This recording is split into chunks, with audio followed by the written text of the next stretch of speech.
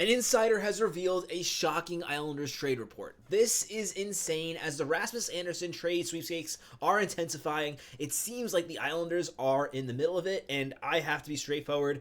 I will be absolutely furious if I get a text message on my phone tomorrow saying the Islanders have traded for Rasmus Andersson. It is nothing against this player. I think Rasmus Andersson is an incredible player. In fact, as we talk later on in this video, if the Islanders acquire this player in free agency next season, if he hits free agency and they sign him then, I will be absolutely thrilled. However, when it comes to players who provide a lot of value, you have to trade a lot of value to get them, and the Islanders are not in a position at all where they can be trading a bunch of valuable future assets, mind you, for a player who is 29. It just does not make sense, and what really is kind of perplexing me about these trade rumors is the fact the Islanders are even checking in. Because you know, as a team, if a team is trading a player like Rasmus Andersson, they're going to want a ton of future assets. You know that's the asking price. Calgary's asking price is likely a first plus. I can't even imagine it being any less than that. So the fact the Islanders are even kicking tires at all shows they really are interested in a player of this caliber. Now, first, we have to talk now. Before we get back into it, this video is brought to you by Koshi. When you download Koshi using the link in the description below,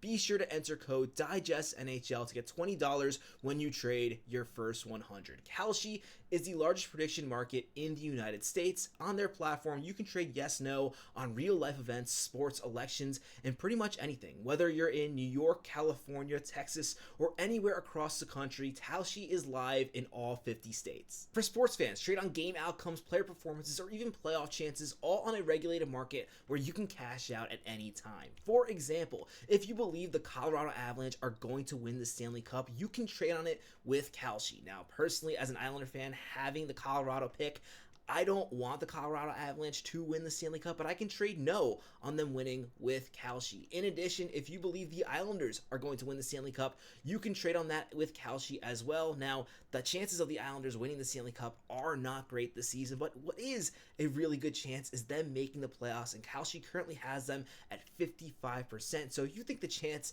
of the Islanders making the playoffs is better than 55%, this is a great trade for you on Kalshi. It's genuinely a smarter way to use your sports knowledge, and you can close positions whenever you want. Download Kalshi using the link in the description below, and again, use code DIGESTNHL to get $20 when you trade your first 100. Thank you to Kalshi for sponsoring this video. Definitely Rasmus Andersson is going to get moved. It sounds like, based on Pierre LeBrun's reporting, it's going to happen in the next 24 to 48 hours, which is why it is a little concerning that we're just learning now the Islanders are checking in on this player. Look, I don't think they're the favorites. It doesn't seem, based on the reporting, that they are the favorites. It seems like the favorites are the Vegas Golden Knights, and that would be a really interesting fit. But it definitely seems like the Islanders are kicking tire. As Stefan Rosser has reported, the Islanders are not considering frontrunners, but they have shown interest in the 29-year-old pending UFA right-hand defenseman. And right-hand defenseman is definitely the most intriguing part about this player. There's a lot to like about Rasmus Andersson. I'm not knocking him as a player at all. He would be the Islanders' top right-handed defenseman, and that would be huge because he could be Schaefer's partner. And when it comes to a partner for a young defenseman like Matthew Schaefer, I think Rasmus Andersson would be the perfect pairing. And no matter how you shake things up, it would really make this pairing complete for this team on the right side. Yes, they have the hole on the left side with Romanov being out for the season, but if you had Pollock as your second pair defenseman playing again with Pelech, you can decide really rotating between Tony DeAngelo and Mayfield.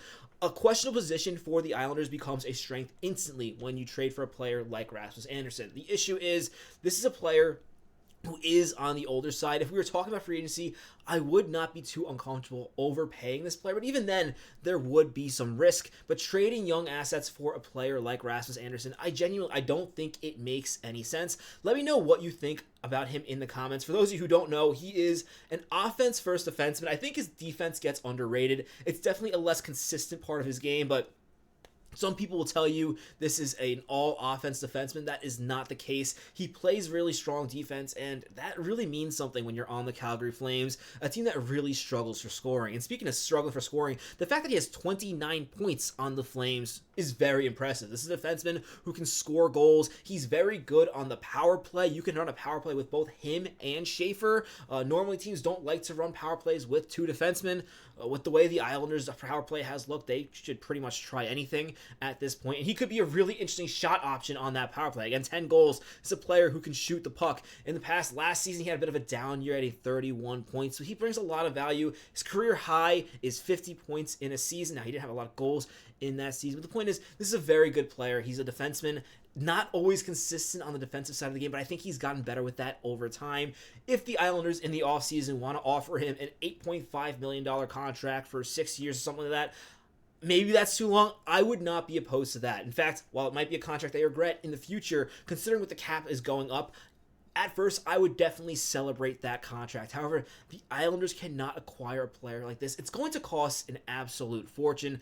A first-round pick is definitely going to be the starting point, but considering a player like Brandon Carlo went for a first-round pick to the Toronto Maple Leafs last offseason, I really wonder what the price for Rasmus Andersson is going to be. For the Islanders, it would likely be something like a first-round pick and Sean Aitchison, and that just makes no sense for where this team is at. Again, it does not seem like the Islanders are the front runners, but we've seen this before. The Minnesota Wild weren't even being talked about when it came to Quinn Hughes, and then boom, a trade happened. Stefan Rosner is saying the Islanders have shown interest. There is a link between the Islanders and Rasmus Andersson.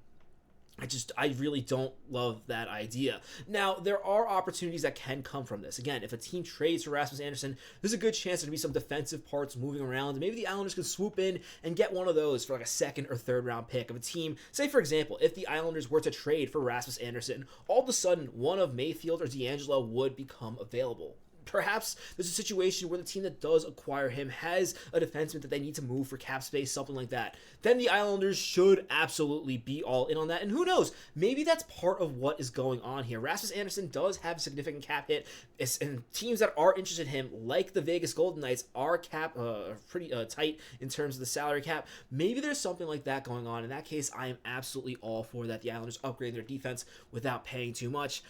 I just don't like the idea of them even being sniffing around a player like this, because this does show, and while I do love a GM looking into everything, I don't like the idea of even considering trading a first-round pick for a player who is a UFA and who's 29 years old.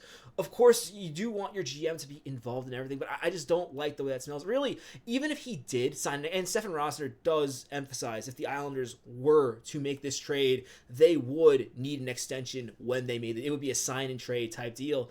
Even then, you pay a premium for those deals. I still would not be happy. I would rather the Islanders pick as many times as they can in the first round, so twice as of right now in this draft, and then if a player is available in free agency, you take care of business then. Perhaps it's not Rasmus Andersson, but there are other interesting options. Radish on the Tampa Bay Lightning is a really intriguing option. He is definitely overperforming and likely to get overpaid, but you sign a guy like that for 4 years. I love that idea. The Islanders definitely do need to make a move for a right-handed defenseman, and it's challenging because not a lot of them are available. I love the idea of this player being an Islander.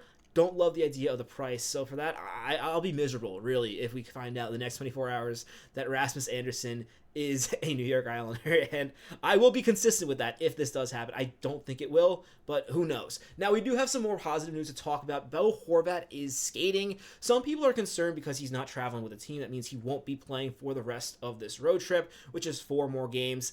I really don't have any concerns that he is not skating with the team. Let me emphasize, he's skating with the team. He is skating on his own. So for me, it looks like the Islanders are being cautious. Again, he didn't quite re-injure the same thing, but it was a similar injury to what he had last time. Have no issue with the Islanders being patient. The team isn't overly struggling without Bo Horvat. Yes, the goals have not been there, but they've gotten points so far on this road trip. It's not like they're struggling to score to the point where they're falling down the standings. They're actually still in second place in the Metro Division, so really, for Bo Horvat, take all the time you need and make sure you are back. And it does sound like there's a chance he can play against Buffalo next Saturday, which would be a pretty ideal situation. Obviously, the more that he doesn't play, you get a little concerned, but I think it's better for the team to be cautious. And for people who are concerned that he was rushed back the last time, this should probably ease your concerns. Again, the timeline has not changed. There's no doubt that he's going to play with the Islanders before the Olympics. There's no doubt he's going to go to the Olympics. So really, with Bo Horvat, while you would like to see him out there every single night, not too concerning. Also, there was a minor potential signing the Islanders have been linked to. I'm not really going to focus on this too much, as I didn't make a full video on this because I don't think much of this player.